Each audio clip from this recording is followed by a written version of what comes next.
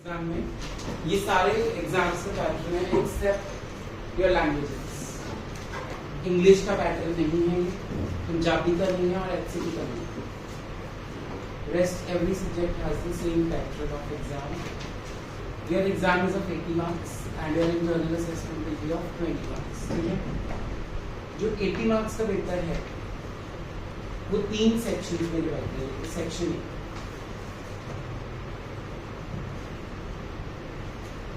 Section A will be containing 6 questions. Total questions will be 6 and you have to attempt any 4. Attempt any 4 of your choice. Each question carries 5 marks. Each question carries 5 marks. कितने marks का हो गया? 20. 4 करने में कोई भी 6 आएंगे, चाहे वो लॉ हो, चाहे वो पीपीएम हो, चाहे वो अकाउंट्स हो। 6 क्वेश्चन आएंगे, करने कितने हैं? 4। सेक्शन डी 4 क्वेश्चंस होंगे। There will be 4 questions. Attempt any 2 of your choice. Attempt any 2। 15 marks each. 15 marks each. कितने मार्क्स का हो गया सेक्शन? 30.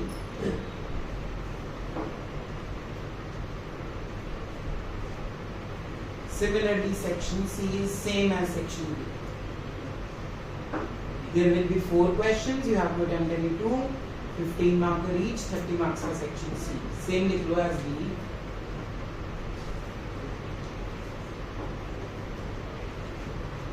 Total paper 80. ठीक है, 20 प्लस 30 प्लस 30। अब जैसे अभी हम हैंड्स रेज करते थे सीबीएस में, एक्स्ट्रा शीट नहीं होती बीकॉम में। There will be 32 pages. 32 page मिलेंगे। अकाउंट्स को छोड़ के, इंग्लिश को छोड़ के और पंजाबी को छोड़ के वो सारे पेज हमें यहाँ के सब्जेक्ट्स में, example commercial law, ppm etcetera, economics, सारे के सारे 32 के 32 पेज भरने। जो नहीं भरेगा वो फेल होगा। अकाउंट्स में नहीं, अकाउंट्स में हो जाता है 10 पेज प्रैक्टिकल करना है। चले आगे। How to divide your sheet. How to, next topic is how to divide your sheet.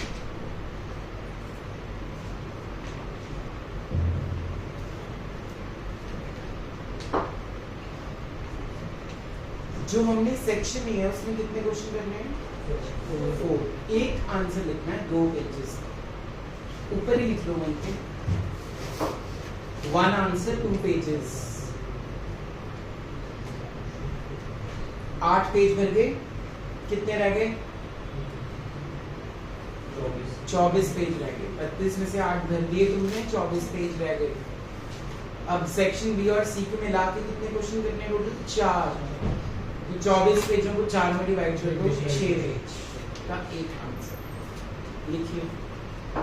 6 pages 1 answer. तो 12 पेज लेगा सेक्शन बी और 12 पेज लेगा section C. How to divide the sheet भी हो गया कवर टॉपिक। नेक्स्ट टॉपिक है सुनने वाला। पहले सुनो ध्यान से। जैसे मान लो तुम्हें लॉ ऑफ डिमांड आता है 6 नंबर में और तुम्हें बहुत कुछ अच्छे से आता है इसके बारे में। तुम्हें लगता है मैं बहुत अच्छा लिख लूंगी, मैं 8 पूछूंगा भी लिख लूंगी। जिसके माइंड में ये चीज आ जाती है मैं 8 पेजेस का ये आंसर लिख दूंगी या लिख दूंगा, वहां पे वो अपने नंबर कटवा रहा है।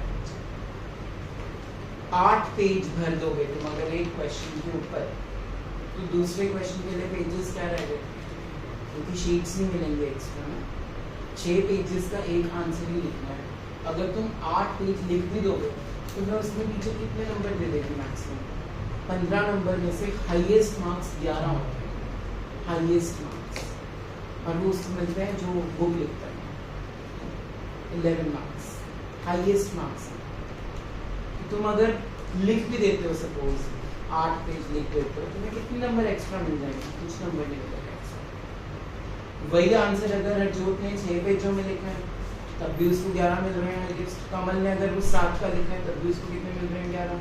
अगर रोशनी ने 12 पेज का 9 पेज का लिख दिया है आंसर तब भी उसको मैक्सिमम नंबर कितने मिल रहे हैं? तो this is wastage of time and your sheets. तुम ये गलती करके अपना सेकंड आंसर क्या कर लोगे? खराब। जिसमें 6 भरने हैं वहां पेज क्या रह गए? सिर्फ 4। तो उसमें नंबर और कम हो गए। 11 तो हाईएस्ट उसको मिलने हैं जिसका परफेक्ट आंसर होगा। समझ आ रही है ये मिस्टेक्स जो होती है बच्चों से? तुमने गलतियां नहीं करनी। 6 pages mean 6 pages. All contracts are agreements, but all agreements are not contracts. This comes usually in 15 marker question. So what is a contract? What is an agreement? This section you have to explain in the half page. Give an example. Start with element number 1 on the first page itself. ठीक है? Second page पे आ गया intention to create legal relationship. फिर उसका case boyfriend versus boyfriend. फिर third point उसी के नीचे। वो 10 के 10 पॉइंट सेक्शन 10 के 10 पॉइंट 6 पेज में खत्म होने चाहिए। अगर वहां 7वां पेज यूटिलाइज हो गया तो खत्म। एक आधा क्वेश्चन हर्ट हो रहा है। ठीक है, अब कहां पे हम 7 पेजेस भर सकते हैं? जब हमें एक क्वेश्चन आता नहीं है। फॉर एग्जाम्पल सेक्शन बी में से 2 क्वेश्चन करने हैं, 4 आए पेपर में, हमें एक अच्छे से आता है, एक कच्चा पक्का आता है और 2 तो हम पढ़ के ही नहीं गए। तो वहां पे आप थोड़ा सा माइंड यूज कर लो अपना कि एक क्वेश्चन को 7 का लिख दो, दूसरे को 5 का लिख दो। बट पंजाब यूनिवर्सिटी क्या बोलती है? Minimum and maximum should be 6 pages. समझ आ रहा है? वहां पे हम गेम प्लान कर सकते हैं, वो भी लास्ट क्वेश्चन में, पेपर के एंड में, ताकि टीचर को लगे बच्चे से गलती से हो गया जो चेक करें। Is it clear? Highest marks in theory is 61 or 62 out of 80. Highest marks in Sem 1 and 2. आगे चल के शायद थोड़ा सा बढ़ जाएगा प्रोडक्शन मैनेजमेंट जैसे सब्जेक्ट्स में। अभी 60-62 से ऊपर नंबर किसी को नहीं आएंगे आउट ऑफ 80। तो तुम ये देख लो तुम्हारी परसेंटेज हाईएस्ट क्या होगी? मैक्सिमम से मैक्सिमम 80s ही जाएगी। No one goes in 90s except online exams. कभी भी बीकॉम की परसेंटेजेस 85-87 से ऊपर हाईएस्ट मार्क्स पंजाब यूनिवर्सिटी में नहीं गए। जिसके 85 आए हैं मतलब यूनिवर्सिटी में टॉप कर गया बच्चा। यूनिवर्सिटी में टॉप करना means all over the colleges जो भी पीयू के अंडर एफिलिएटेड है उनमें सब में वो टॉप करे। ठीक है, कैसे पढ़ना है theoretical subjects while guiding side by side. ठीक है, कॉन्ट्रैक्ट एक्ट मैंने खत्म कर दिया तुम्हारा सीए के साथ। तुम्हारा एक सब्जेक्ट ऑलमोस्ट आधा तैयार हो चुका है। जो एमएसटीज तुम्हारे अभी होनी है कॉलेजेस में, उसमें से एक सब्जेक्ट मैंने तुम्हारा रेडी कर दिया है, उसकी रिवीजन हम साइड बाय साइड करेंगे। नहीं, अब हम बात करते हैं इकोनॉमिक्स जैसे सब्जेक्ट की। +1 में जो इकोनॉमिक्स थी वही है बट बहुत डीप में है, जैसे कि लॉ ऑफ डिमांड होता है। अब उसमें एक टॉपिक तुम पढ़ोगे अफेक्टिव डिमांड, फिर वो सेम 2 में मैक्रो में आएगा अफेक्टिव डिमांड। तुमने +2 में एक नाम सुना था सीधे क्लासिकल इकोनॉमिस्ट का, केनेजियन का। अब उसके ऊपर पूरी थ्योरीज पढ़ने वाले तुम सेम 2 में। तो इकोनॉमिक्स डीपर सब्जेक्ट है, उसको रोज पढ़ना है 10-15 मिनट, ज्यादा नहीं, 15 मिनट रोज पढ़ना। 15 मिनट पढ़ लोगे खुद से तो ट्यूशन रखने की जरूरत नहीं पड़ेगी। सूरज को, प्रज्वल को, अगर तुम सेल्फ स्टडी 15 मिनट्स की कर लेते हो तुम अपने पैसे बचा लोगे और अपना टाइम भी बचा लोगे। ट्यूशन में भी ऑल्टरनेटिव मिलेंगी, टीचर ने भी क्या करना है वही रीड करके बता देना, तुम हाँ करके आ गए। तो बेटर है 15 मिनट का लेक्चर सुन लो कॉलेज में और 15 मिनट खुद आके रीडिंग कर लो, ट्यूशन से बच जाओ। Ppm is all business studies, जो मैंने पढ़ाई थी 12वीं में। सिलेक्शन, प्रोसीजर, ट्रेनिंग क्या होते हैं, on the job, of the job, ऐसे सब्जेक्ट है। तो यू कैन डू योर, बस यही चीज है। लॉ ऑफ डिमांड जैसे हमने 2 लाइनों का लिखा था, this law states that price increases, QD decreases and vice versa, inverse relation. यहाँ उसमें कितने पेज भरने हैं उसमें बताओ, 6 पेजेस। पहले डिमांड का मतलब बताओ, फिर क्वांटिटी डिमांडेड का मतलब बताओ, फिर एक्सटेंशन और कंट्रैक्शन बताओ, फिर शेड्यूल बनाओ, फिर डिमांड कर्व बनाओ, individual demand curve, market demand curve, याद है ये टॉपिक्स। फिर उसका ग्राफ बनाओ, कर्व बनाने के बाद कंबाइन ग्राफ, जिसमें मार्केट डिमांड कर्व कंबाइन होनी चाहिए इंडिविजुअल के साथ, ठीक है। फिर बताओ व्हाट इज लॉ, मतलब मेन आंसर तीसरे पेज से शुरू होगा। लॉ ऑफ डिमांड क्या होता है, फिर इसका रिलेशनशिप, फिर याद है हमने उसके एक्सेप्शंस पढ़ी थी जिन्होंने 11th ग्रुप से किए, article of distinction, gift and goods, ये सारा कुछ लिखना है। व्हेन द कस्टमर जजेस the quality through it's price, substitution effect, income effect, किसमें पॉजिटिव है किसमें नेगेटिव। अगर तुम डिफरेंट आंसर लिखोगे बाकियों से तभी तुम्हारे नंबर आएंगे। अगर तुम वही बुक चेक दोगे, no one reads, no one bothers, अपने आंसर्स बनाओगे, थोड़ा अपना डालोगे, अपना कंटेंट, तो मार्क्स आएंगे। I share a story of my own. B Com में मैंने कैसे तैयारी की, मेरी तैयारी में था annual system, you were very lucky. हमारे एग्जाम्स होते थे मई में एक ही बार, तुम्हारे होंगे 2 बार, एक दिसंबर में एक मई में। तब एनुअल सिस्टम था, अब सेमेस्टर सिस्टम, ठीक है।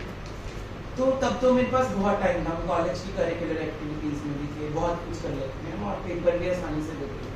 टीचर्स ने बताने 10 क्वेश्चन, उसी के साथ पेपर आना, एक्सपीरियंस होता है, ठीक है। पढ़ाता कोई नहीं है कॉलेज में, बहुत अच्छे टीचर्स बहुत कम मिलेंगे तुम्हें जो तुम्हें दिल से पढ़ाएंगे। तो तुम कभी भी ना ये मत सोचना कि टीचर ने अगर बुक स्टार्ट किया वो पूरी बुक खत्म करेगी सेमेस्टर के अंदर, इतना टाइम नहीं होता उनके पास। स्पेशली जब डीन्स और प्रिंसिपल्स खुद लेक्चर ले रहे हैं तो वो आधे से ज़्यादा टाइम आएंगे नहीं तुम्हारे पास। कुछ चैप्टर्स शुरू होंगे, जैसे तुम लॉ पढ़ चुके हो मुझसे, तुम कॉलेज गए, तुम्हें कॉन्ट्रैक्ट पढ़ा रहे हो, तुम्हें बहुत अच्छा लगेगा क्योंकि तुम्हें सब आता है, तुम्हें अच्छा लगेगा। बाद में तुम्हें पता लग रहा है मिड टर्म आ गया, एमएसटी आ गया, मिड सेमेस्टर टेस्ट, उसमें 6 चैप्टर्स आ रहे हैं, मैम ने तो 3 ही कराए हैं क्लास में। वो 3 किसने करने हैं फिर? खुद ने आपने करने। दिवाली के बाद ना टीचर दिख रहा है कॉलेज में, ना तुम दिख रहे हो, होता है ऐसा। तो ये चीजें आपने ध्यान रखनी है कि no one will bother about your syllabus, no one, you yourself is responsible. सारे सब्जेक्ट्स की बात कर रहा हूँ मैं, इवन अकाउंट्स। कॉलेज में उन्होंने 2 क्वेश्चन कराने हैं, चलो नेक्स्ट चैप्टर, 3 कराने हैं नेक्स्ट चैप्टर। बहुत रेयर कॉलेजेस हैं जिसमें 15-20 क्वेश्चन एक चैप्टर के डिस्कस होंगे, और वो 1-2 ही कॉलेजेस हैं, one is SD, another one is 50। Otherwise no one will bother. एक क्वेश्चन नेक्स्ट चैप्टर, एक क्वेश्चन नेक्स्ट चैप्टर। तुम डाउट लोगे तब भी तुम्हारे डाउट्स इतने ज्यादा क्लैरिफाई नहीं होंगे। टीचर्स को अपना करिकुलम कंप्लीट करना है क्योंकि उन्होंने एमएसटी बनाया। अक्टूबर तक सबके एमएसटी हो चुके होंगे, एक आधा कॉलेज है जिसमें नवंबर में जाएंगे, अदरवाइज अक्टूबर तक you will be end up with the whole syllabus. कई कॉलेजेस जो अच्छे हैं वो 2-2 चैप्टर्स, 4-4 चैप्टर्स के एमएसटी ले लेंगे क्योंकि तुम्हारा फर्स्ट सेमेस्टर है। फर्स्ट में वो तुम्हारे साथ बहुत अच्छे रहेंगे, सेकंड में वो तुम्हें पूछेंगे भी नहीं, और सेकंड में वो पूरा बुक आधी बुक डाल देंगे, ठीक है। तो तुम्हें करनी है अब तैयारी। 70% is the minimum criteria for government jobs. आगे चलिए, अगर आपने गवर्नमेंट जॉब करनी है तो 70% नंबर आपके बीकॉम में ऑन एन एवरेज सारे सेमेस्टर्स के मिलाते हैं होने चाहिए। जो लोग सीए कर रहे हैं उनके लिए बीकॉम की डिग्री मैटर नहीं करेगी अगर वो सीए बन गए, बट फिर भी हमें एक रेगुलर डिग्री चाहिए। जो आज हम सिलेबस स्टार्ट करने लगे that is of accounts only, and accounts में जो चैप्टर्स मैं नाम लिखवा दूंगा तुम्हें, उनमें से कुछ चैप्टर्स हैं सीए इंटर के, एक है फाउंडेशन का और बाकी है फाइनल। तो बहुत इंपॉर्टेंट सेमेस्टर है, हर एक सेमेस्टर बहुत इंपॉर्टेंट है। सेकेंड सेमेस्टर की पूरी बुक इंटर में, थर्ड फोर्थ की पूरी बुक्स इंटर में, फिफ्थ सिक्स की पूरी बुक्स सब्जेक्ट्स हैं इंटर और फाइनल, ठीक है। तो आज से बेसिकली तुम बीकॉम भी पढ़ रहे हो और साथ में सीए इंटरमीडिएट स्टार्ट करो। क्लियर? लिखो पहले अकाउंट्स का सिलेबस क्या है। यूनिट्स 2 हैं आपके, देखो unit 1 final accounts, first chapter है हमारा फाइनल अकाउंट्स। सेकेंड चैप्टर है branch accounting, my favourite chapter is branch accounting. Third one is departmental accounting. जो फाइनल अकाउंट्स है वो फाउंडेशन में भी आएगा और इंटर में भी आएगा। जो ब्रांच और डिपार्टमेंट है वो इंटर के सब्जेक्ट्स है। ये है हमारा यूनिट 1, 3 चैप्टर्स हैं इसमें, ठीक है। Unit 2 Number 1, consignment. Number 2, joint ventures. Number 3, partnership. Number 4, royalty accounting. Royalty accounting.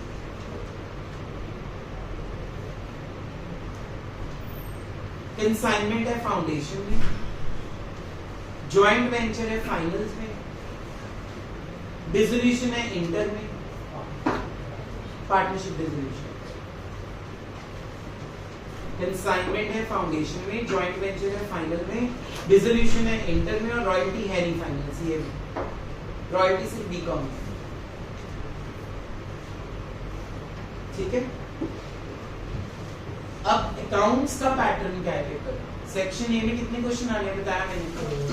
6 आने हैं। करने कितने हैं? 4 प्रैक्टिकल आएंगे, 2 थियरी आएंगे। देखो 4 प्रैक्टिकल्स आएंगे और 2 theory questions. 4 practical questions and 2 theory questions.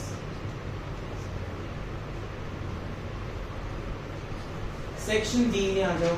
कितने आने टोटल? 4। करने कितने हैं? 2 प्रैक्टिकल आएंगे, 2 थ्योरी आएंगे। 2 प्रैक्टिकल आएंगे, 2 थ्योरी आएंगे। सेक्शन सी में आ जाओ। सेम है तो वो भी सेम है, 2 प्रैक्टिकल आएंगे और 2 थ्योरी आएंगे। अब देखो जो थ्योरी करेगा अकाउंट्स के अंदर, उसको मैक्सिमम मार्क्स मिलते हैं 4 आउट ऑफ 5। कितने मिलते हैं? 4। तो सेक्शन ए में अगर 2 थ्योरी तुम करते हो, तुम्हारा एक नंबर तुम्हारा कटेगा और 4 उसी को मिलेंगे जो परफेक्शन आंसर लिखे।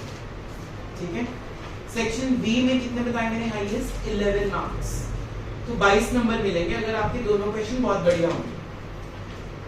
6 पेजेस के अगर आपके बहुत बढ़िया क्वेश्चन होंगे तब आपको 30 में से कितने मिलेंगे? Maximum 22। Same is with section C. तो अब तुम खुद सोचो, अकाउंट्स में थ्योरी कर रहे हो तुम, ट्यूशंस भी रख रहे हो तुम, तो थ्योरी करने का कोई लॉजिक नहीं बनता, it will be time consuming. So go for always practical part, उसमें फुल मार्क्स आते हैं 80 में से 80। 4 जो तुम्हारे क्वेश्चंस हैं 5-5 नंबर के हैं पहले, अगर वो चारों ठीक तो 20 में से 20। यस और नो? सेक्शन बी में 2 क्वेश्चन है 15-15 नंबर के, अगर वो दोनों ठीक तो 30 में से 30। सिमिलरली सेक्शन सी में। तो सिर्फ अकाउंट्स एक ऐसा सब्जेक्ट है जिसमें आपकी वेटेज क्या रहेगी? 80 on 80। Rest every subject will draw you down to 60 marks, maximum 62। समझ गए? तो जितने परसेंटेजेस लेके बैठे हैं बच्चे हमारे क्लास में, 95.6, 92, 91, 89, ये घूम फिर के अब 80s और 70s में आने वाले हो, तो अपने पेरेंट्स को पहले ही क्लियर कर देना, उनको शॉक नहीं लगना चाहिए कि हाईएस्ट कितने होते हैं। हाईएस्ट मार्क्स 82 से लेके 87 के बीच में आते हैं, depending on the cut off जो पीयू की जाए। ठीक है, उसके लिए तुम्हें प्राइज भी मिलेगा कॉलेज में, जिसके इतने मार्क्स होंगे। मतलब ये फर्स्ट पोजीशन है, 87% is the highest marks. Clear है? तो 90s में कोई नहीं पहुंचता, क्योंकि हमें हाईएस्ट मार्क्स देते कितने हैं थ्योरी में? वो 60 to 65, मैक्सिमम 65 भी बहुत ज्यादा बोल दिया मैंने, नहीं मिलते। समझ गए? अब तुम्हारे इंटरनल जोड़ लो 20 नंबर और, अब वो 20 में से तुम्हें अगर 20 मिल गए तब तुम्हारी परसेंटेज हाई होगी, अदरवाइज 8 नंबर मिनिमम जाएंगे। ठीक है, अब मैंने तुम्हें 2 यूनिट्स बताए हैं ना, एक यूनिट 1 है और एक यूनिट 2। जो यूनिट 1 है जिसमें कितने चैप्टर्स हैं? देखो ये है section B of your paper, लिख लो, दिस इज सेक्शन बी। जो यूनिट 2 है वो क्या होगा? सेक्शन सी होगा सिर्फ। Unit 1 is section B, unit 2 is section C. तो सेक्शन ए क्या होगा? Mixture of the 2 units. मतलब वो जो 6 क्वेश्चन आने हैं वो दोनों यूनिट्स के मिला के 6 होंगे। समझ गए? रौनक समझ आ रहा है? Any doubts? अब कई बार ना तुम्हें कोई चैप्टर टफ लगेगा, तुम कहते हो हम ये छोड़ दें। कई बार बच्चे बोलते हैं कि हम ये चैप्टर छोड़ देते हैं। जैसे तुम लोग सपोज एक एक्ट पढ़ रहे हो, पार्टनरशिप में मैंने तुम्हें एलएलपी छुड़वा दिया सीए वालों को, क्योंकि मुझे पता है एलएलपी में से 5 नंबर का एक ही क्वेश्चन आना है, तो डजंट मैटर हम उस पर इतना टाइम वेस्ट करें। अगर 15 का भी आना है हमारे पास चॉइस होती है कि हम एक क्वेश्चन छोड़ सकते हैं, ठीक है। सीबीएसई में भी पता था शेयर्स वाली बुक इतने नंबर की है, पार्टनरशिप वाली बुक इतने नंबर की है, फाइनल में जो थर्ड बुक है वो इतने नंबर की है। बीकॉम में there is no pattern of marks, वो सारा 80 मार्क्स का पेपर है, एक चैप्टर में से भी डाल सकते हैं। तो you can not leave a single chapter in B Com और बीबीए और BA, all the graduation courses. तो तुम कोई भी प्रैक्टिकल चैप्टर नहीं छोड़ के जाओगे, थ्योरी बेसिक सारी छोड़ के, ठीक है। थ्योरी मतलब जो इन अकाउंट्स में थ्योरेटिकल वर्ड्स आएंगे, चैप्टर्स आएंगे, हम वो छोड़ेंगे, बट प्रैक्टिकल हमने सारे के सारे अटेम्प्ट करने हैं। और हमारे पास कितने मंथ्स हैं? अगस्त, सितंबर एंड अक्टूबर, 3 मंथ्स। और ये कितने चैप्टर्स हैं देखिए? 7 7 चैप्टर्स करने हैं 3 महीने की ड्यूरेशन के अंदर। November will be your revision time, your Diwali break, ठीक है। कॉलेज में भी एमएसटी होगी तो उसमें भी इतना लोग कई बच्चे ले लेंगे छुट्टियां, जिन जो ज़्यादा बीकॉम को इम्पोर्टेंस देंगे। Otherwise there is no need to take off from tuitions for B Com exams, does not matter. वहाँ पे कोई तुम्हें वो नहीं करना कि हाँ हमने 90 में से 90 मार्क्स लेके दिखाने हैं, 80 में से कंडीशन क्लियर करनी होती है। कंडीशन यही होती है सारे सब्जेक्ट्स को मिला के 33% मार्क्स आने चाहिए, तो वो अगर आपके हो जाएंगे तो आप पास हो जाओगे। MSTs does not matter at all. अगर आपका टीचर कॉलेज में ये बोल रहा है ना कि मैं MST के बिहाफ पे तुम्हारी असेसमेंट भेजूंगी या भेजूंगा, तब वहाँ पे भी उसका कुछ पार्ट होता है कि इतने मार्क्स आएंगे बच्चे के तो इतनी असेसमेंट लग जाएगी। पूरा 20 नंबर असेसमेंट MST के बिहाफ पे नहीं जाएगा। Always remember assignments and projects and presentations में, प्रेजेंटेशन में आपको कॉलेज में पूरी क्लास से 70 बच्चे होंगे आपकी क्लास में, उनको पढ़ाना पड़ता है। हाँ जी, ऐसा भी होता है। तो ये आपको PPTs बनानी पड़ेंगी कॉलेज में और उनको टीच भी करना। जो अच्छे कॉलेजेस हैं वो करते हैं, गवर्नमेंट कॉलेजेस में ये सब काम है, ठीक है। So this is all about your B Com starting. तो पहला चैप्टर हम आज करेंगे स्टार्ट, लिखो नोटबुक्स के ऊपर, फाइनेंशियल स्टेटमेंट्स और फाइनल अकाउंट्स।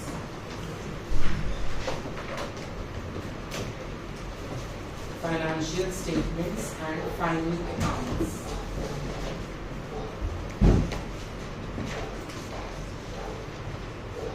तीन चीजें बनती हैं इसमें, याद है? ट्रेडिंग अकाउंट बोलते नहीं, profit and loss account and trading और P&L इकट्ठा बनाना है आपसे, अलग अलग नहीं होगा। Trading and profit and loss account is one and balance sheet is number 2। देख लीजिए, we will prepare trading and P&L account and number 2 balance sheet. ये आपने चैप्टर +1 में कर रखा है already, it's very easy chapter. I'll wind up this chapter within 5 days.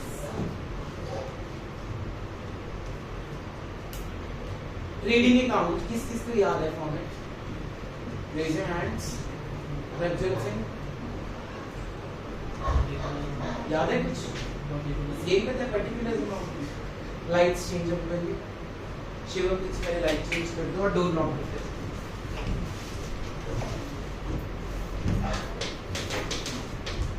Financial statements में सबसे पहले बनाना है हमने, मैं तुम्हें ट्रेडिंग एंड P&L अलग अलग बनवाऊंगा लेकिन तुमने पेपर में एक ही बनाना, ठीक है। तो ट्रेडिंग अकाउंट का जो फॉर्मेट होता है, ट्रेडिंग का मतलब होता है जिसको हम, जिस चीज में हम डील करते for the year ending, and हमारा जो अकाउंटिंग पीरियड कंसेप्ट है वो क्या कहता है? हमारा ईयर एंड कब होता है? 31 मार्च। क्लियर? तो इसका जो फॉर्मेट रहेगा that is particulars amount and particulars amount. सबसे पहले हम लिखते हैं to opening stock. Remember, opening stock is that stock जो साल की स्टार्टिंग में हमारे पास पड़ा है। उसके बाद परचेजेस माइनस परचेज रिटर्न को हम बीकॉम में परचेज रिटर्न का BD बोलेंगे, हम इसको बोलेंगे रिटर्न आउटवर्ड्स। क्या बोलेंगे? Return outwards. अंदर अमाउंट लिख के एक अमाउंट बाहर, ठीक है। उसके बाद टू डायरेक्ट एक्सपेंसेस, सारे के सारे डायरेक्ट एक्सपेंसेस इसमें आ जाएंगे। क्रेडिट साइड पे आती है सिर्फ दो चीजें, by sales minus return inwards and by closing stock. याद आ गया सूरज? अब हमारी जो बैलेंसिंग फिगर अगर डेबिट में आएगी, it is my gross profit, or if it is on credit side it is gross loss as balancing figure and underline two lines नीचे। क्लियर हो गया? ये लेवल से आपने सारा कर रखा। Any doubts? Direct expenses are those expenses which are directly related to the production activities. Example, excise duty, carriage inwards, wages and salaries। लेकिन अगर salaries and wages है तो वो डायरेक्ट एक्सपेंस नहीं है। कैरेज इनवर्ड डायरेक्ट है, carriage outward direct नहीं। तो ये सारा 11th वाला ही मैं लिस्ट बनवा दूंगा तुम्हें डायरेक्ट एक्सपेंसेस। ये हो गया हमारा कौन सा अकाउंट था? क्रेडिट। ठीक है, प्रभजोत एंड सूरज ये नोट डाउन करना है तो घर पे कर लेना वीडियो में। ठीक है जी, चले आगे। अगला हमने अकाउंट जो सीखा था 11th में वो था प्रॉफिट एंड लॉस, जो अब हमने साथ में ही बनाना एक ही फॉर्मेट के अंदर। जो ग्रॉस प्रॉफिट आएगा उसको अपने आप क्रेडिट साइड पे लेते हैं, बाय ग्रॉस प्रॉफिट, और इधर आ जाएगी बाय इनडायरेक्ट इनकम्स, क्योंकि नॉमिनल अकाउंट क्या कहता है? Credit all incomes and gains. तो जितनी भी इनडायरेक्ट इनकम्स हैं हमारी वो क्रेडिट में आ जाएगी, जैसे कि डिस्काउंट रिसीव, कमीशन रिसीव, जिसके साथ भी वर्ड क्या है? रिसीव। इधर क्या आ जाएंगे हमारे? इनडायरेक्ट। अब इनडायरेक्ट एक्सपेंसेस बहुत सारे तरह के होते हैं, ऑफिस एक्सपेंसेस भी होते हैं, सेलिंग एक्सपेंसेस भी होते हैं। बीकॉम में ऑफिस एक्सपेंसेस को बोलते हैं एडमिनिस्ट्रेटिव एक्सपेंसेस। क्या बोलते हैं? Administrative expenses. दोबारा बोलो, एडमिनिस्ट्रेटिव एक्सपेंसेस। इसमें ऑपरेटिंग एक्सपेंसेस भी होंगे और नॉन ऑपरेटिंग एक्सपेंसेस भी होंगे, और फाइनल आंसर हमारा क्या निकल जाएगा? Net profit. क्लियर हो गया? Again this is my balancing figure, और या फिर क्या निकल गया? Net loss. ये बन गया profit and loss account. Clear? अब एंड में थर्ड स्टेप क्या है हमारा, जो आपकी कभी मैच नहीं होती? Balance sheet. बैलेंस शीट के साथ हम वर्ड लिखते हैं as on या as at 31st March. So it is divided into two parts, liabilities and assets. ठीक है, बीकॉम में अगर ऐसे लिखा होगा तो 5 नंबर इसके भी काट लेना, पूरा लिखना। क्लियर है? लाइबिलिटीज में सबसे पहले आ जाएगी कैपिटल, उसमें नेट प्रॉफिट क्या हो जाएगा, और नेट लॉस हुआ तो ये जो P&L का आंसर है। उसमें ड्राइंग्स क्या हो जाएंगी?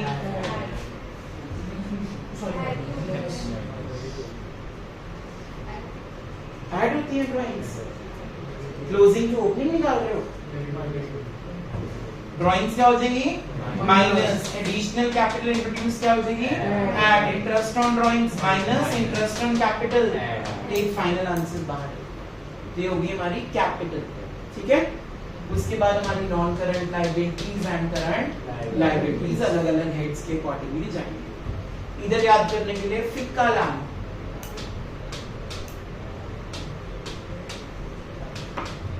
फिक्का lamp. What is F here? F is fixed assets. Next is investments. Next is current assets. Next is loans and advances. Next is miscellaneous expenses, जिसका एग्जाम्पल है preliminary expenses। इसको याद करने का तरीका क्या है? फिक्का लैम्प, इसी ऑर्डर में रखना है। फिक्स्ड एसेट्स को नया अकाउंटिंग स्टैंडर्ड आया है ICAI का, वो इसको बोलता है प्रॉपर्टी प्लांट एंड इक्विपमेंट। क्या बोलता है? Property plant and. तो अगर आपकी न्यू बुक्स में ये लिखा होगा PPE तो आप ये लिखो। ठीक है, फिक्स्ड एसेट्स की दो कैटेगरीज होती हैं, टेंजिबल एंड इनटेंजिबल। में आ गई goodwill, copyrights, patent, softwares etcetera. बाकी के बारे में सब कुछ तुम्हें पता है, 11 से तुम यही पढ़ते आए। ठीक है। इन्वेस्टमेंट्स दो तरह की होती हैं, ट्रेडिंग भी हो सकती है और नॉन ट्रेडिंग भी। करंट एसेट्स में cash and cash equivalents, cash in hand, trade receivables, debtors, prepaid expenses, inventories, ठीक है, आउटस्टैंडिंग इनकम्स, ये सारे हमारे आगे। लोन्स एंड एडवांसेस, हमने किसी को लोन दिया हुआ है तो वो मेरी एसेट है। Miscellaneous expenses are fictitious assets जिसको हम अब कैश में कन्वर्ट नहीं कर सकते। क्लियर? देखो वापस से एडजस्टमेंट नंबर 1,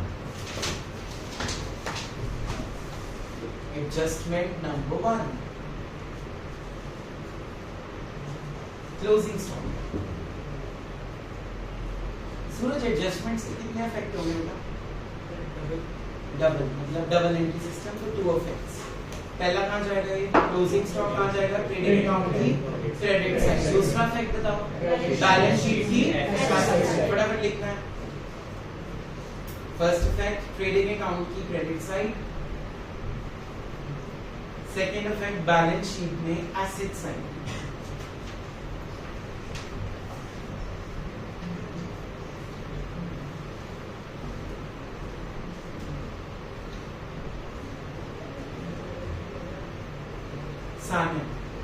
अगर ये ट्रायल बैलेंस के अंदर होगा closing stock,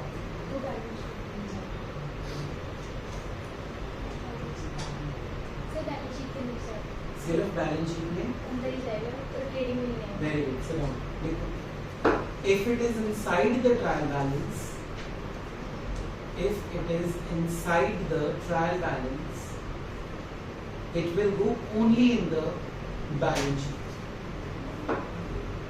It will go only in the balance sheet and not in trading account. मतलब जो चीज ट्रायल बैलेंस के अंदर है उसका वन इफेक्ट होगा, दो नहीं होंगे। जो चीज एडजस्टमेंट में होगा उसके दो इफेक्ट्स होंगे। क्लियर?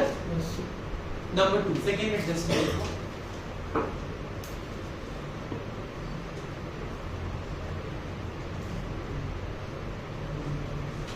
डेप्रिसिएशन।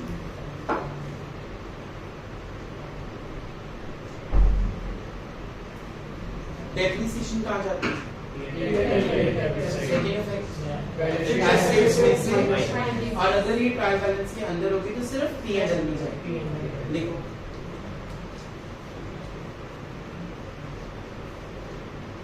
P&L की डेबिट साइड और एसेट्स में से माइनस। अभी you can switch on the lines. P&L की डेबिट साइड एंड एसेट्स में से माइनस, और P&L की डेबिट साइड को सर्कल कर लो। सर्कल का मतलब है वन इफेक्ट। हम बार बार वही लाइंस लिखने की लोड नहीं करेंगे, वन इफेक्ट को सर्कल कर लें। थर्ड एडजस्टमेंट, समझ आ रहा है? Outstanding expenses. Adjustment number 3 is outstanding expenses. इसका एक और नाम होता है accrued expenses. accrued expenses, ACCRUED, accrued expenses।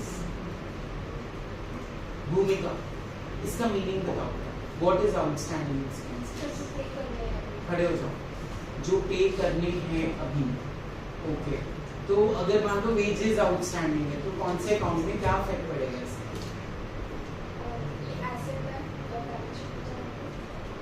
Asset है ये,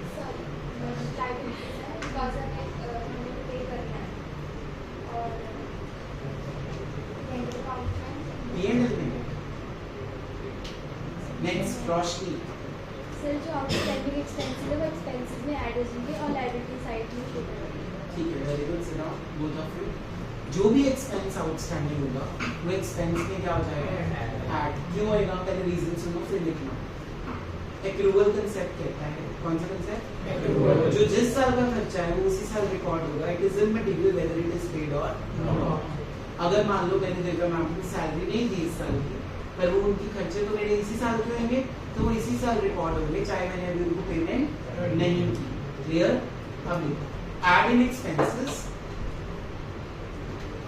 ऐड इन एक्सपेंसेस।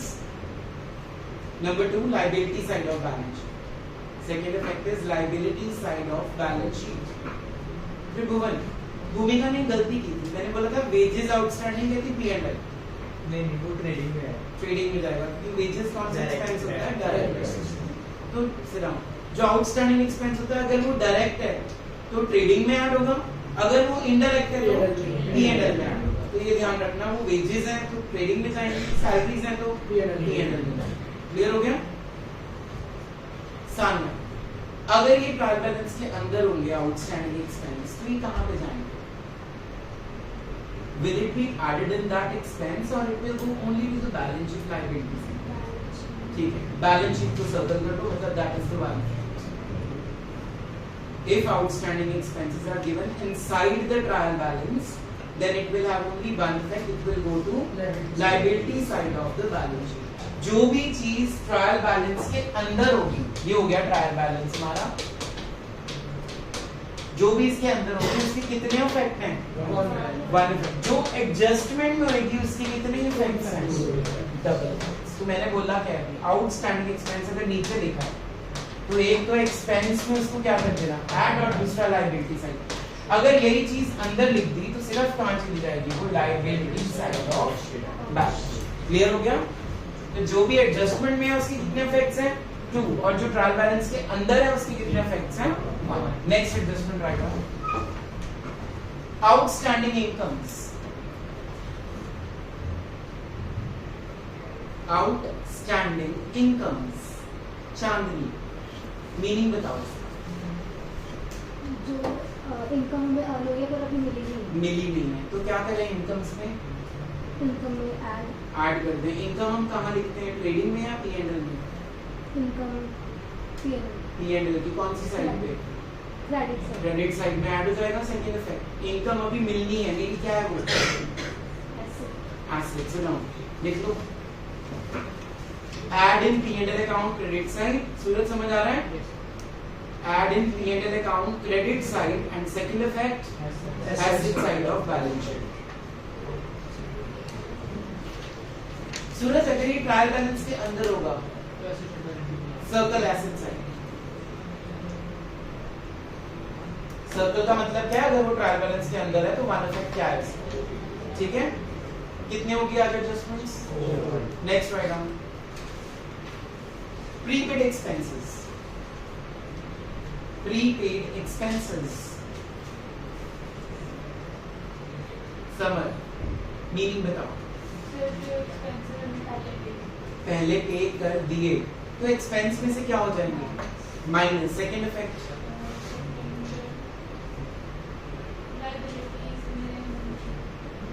मुझे तुझसे एक्सपेक्टेड नहीं था यहाँ से। शाबाश। जो एक्सपेंस हम आज पे कर देंगे आगे चल के पे करने की जरूरत नहीं, तो वो मेरी क्या बन गई? खड़ी हो जा, लिखो डिडक्ट फ्रॉम एक्सपेंसेस।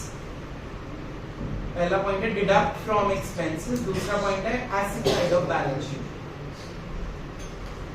भूमिका अगर ये ट्रायल बैलेंस के अंदर होगा तो ये सिर्फ बैलेंस शीट को सर्कल कर लीजिए। Sit down.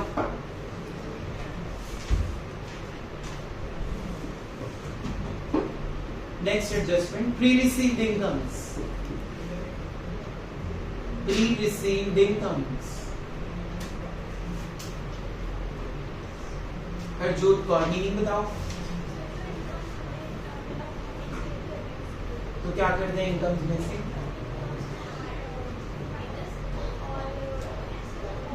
लायबिलिटी क्यों है वो हमारी? हमने उसके अभी सर्विस उसको दे दी है, तो लिख लो deduct from incomes, deduct from incomes and liability side of balance sheet.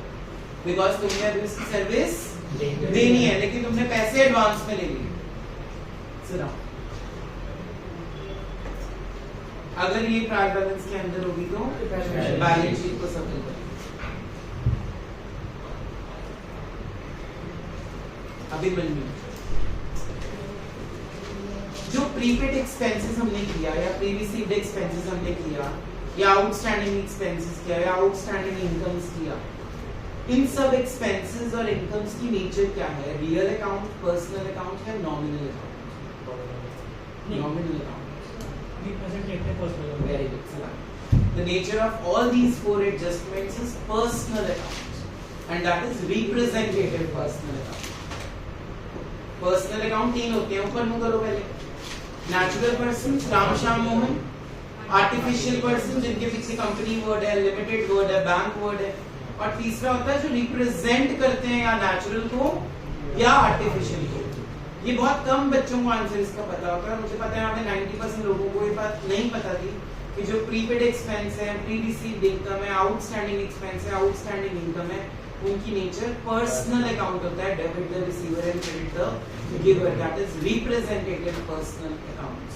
जिनको ये नहीं पता था प्लीज वो बच्चे जरूर ये याद रखें अपनी लाइफ में. वो एक्सपेंसेस नहीं है या एसेट्स हैं या लायबिलिटीज है ना.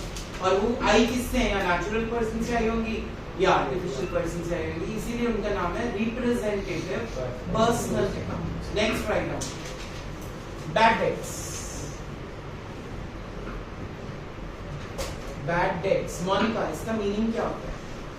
जो हमारे डेटर्स होते हैं वो पैसे पे नहीं कर पाते. तो इज इट लॉस और एन एक्सपेंस? लॉस कहाँ पे आएगा? Debit side of P&L account. और बैलेंस शीट में डेटर से minus. Very good. So now balance sheet में से माइनस हो जाएगा डेटर्स में से और P&L की डेबिट से. ठीक है भाई.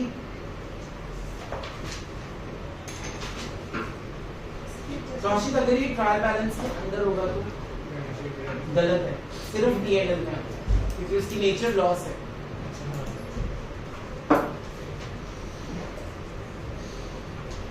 Its nature is loss, therefore it will be going to only profit and loss account. तो P&L को सर्कल करना है इसमें. बैलेंस शीट वाले खत्म हो गए effects. अब जितने मैक्सिमम आएंगे वो ट्रेडिंग P&L को इफेक्ट करेंगे. Write down next adjustment number. Goods given away as charity. Goods given away as charity. Shivam, इसकी जर्नल एंट्री क्या होती है? एक मिनट वेरी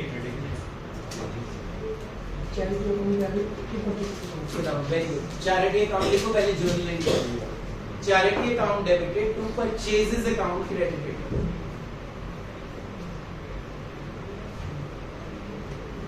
चैरिटी का मतलब क्या होता है? दान करना.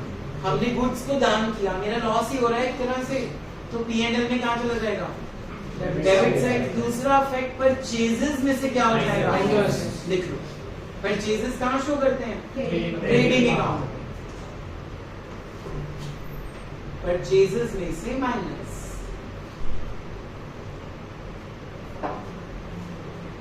त्रिभुवन, अगर ये ट्रायल बैलेंस के अंदर होगा क्या होगा? चाहिए माइनस में जाएगा या माइनस होगा? माइनस होगा. Very good. Purchases is the one effect. अगर ये ट्रायल बैलेंस के अंदर है, परचेजेस में से क्या होगा? Minus. That's all for today. Will continue the same.